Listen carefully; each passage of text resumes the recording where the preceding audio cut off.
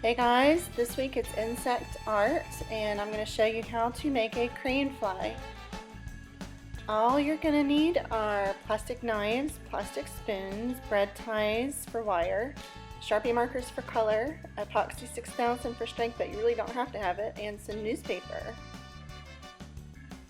At this point I'm essentially just drawing in some details that I noticed on this picture of a crane fly that I found online.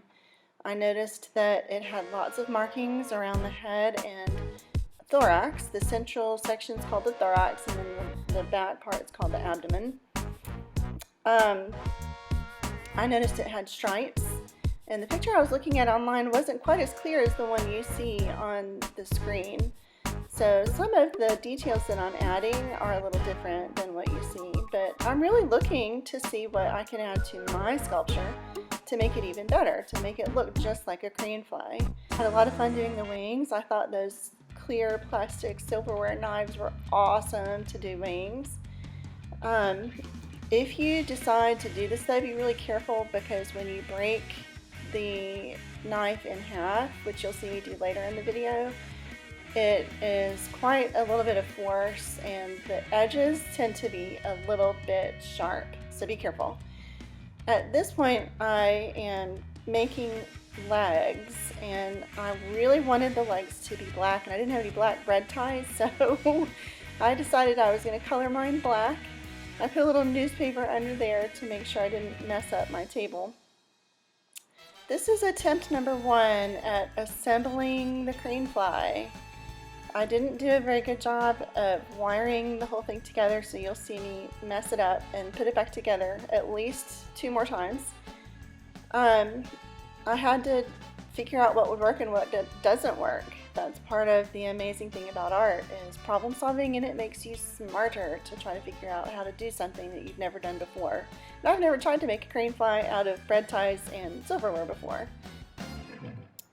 At this point I'm just kind of thinking about what it's going to look like, and I take it apart and figure out a better way to attach it. It's just a whole lot of seeing, does this work? No, well, let me try something else. And at this point I'm showing you how to attach 2 pieces of wire together to make a little bit of a longer wire to work with. And I'll slow the video down so you can see exactly what I'm doing. I crossed them over like an X and twisted it together so that I had 1 long piece of wire instead of 2 short ones. And it just gave me a little extra space for when I was wrapping around the leg to get it to attach to the body. Very slow video.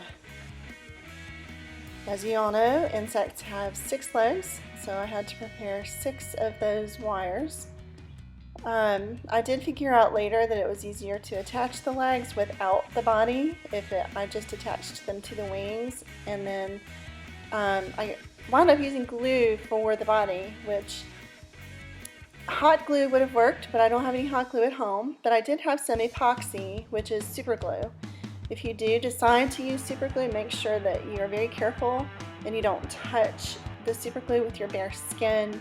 You may want to use some tools to glue yours together.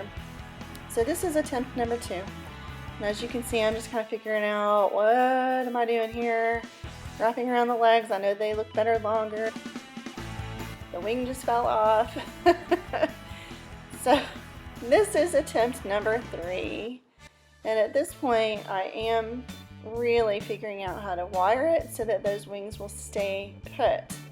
I slowed the video down so you could see that I'm going under and around the 2 wings in a couple of places, not just the 2 places that I had it before.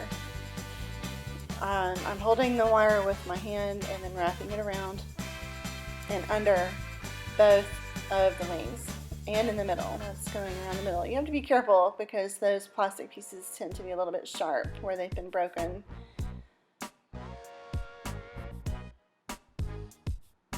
So I had a whole lot of fun making this crane fly.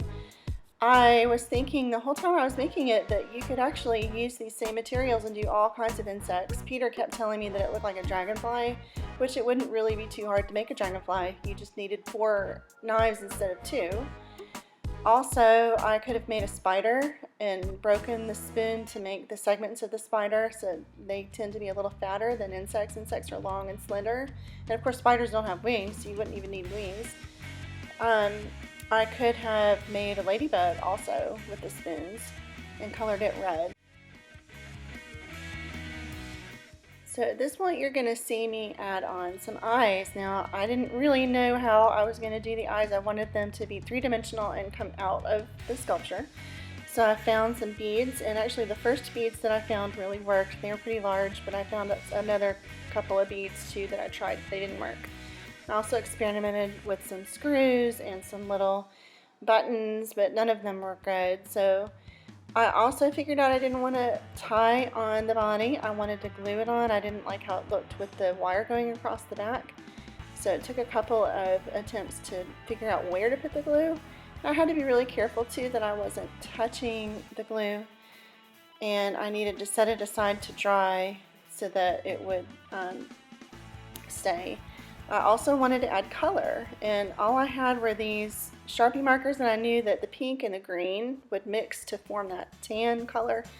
So I tried it and it worked, and I hope that you like my crane fly as much as I do. You guys have fun creating your own insect sculptures, and I will see you soon. I love you and I miss you.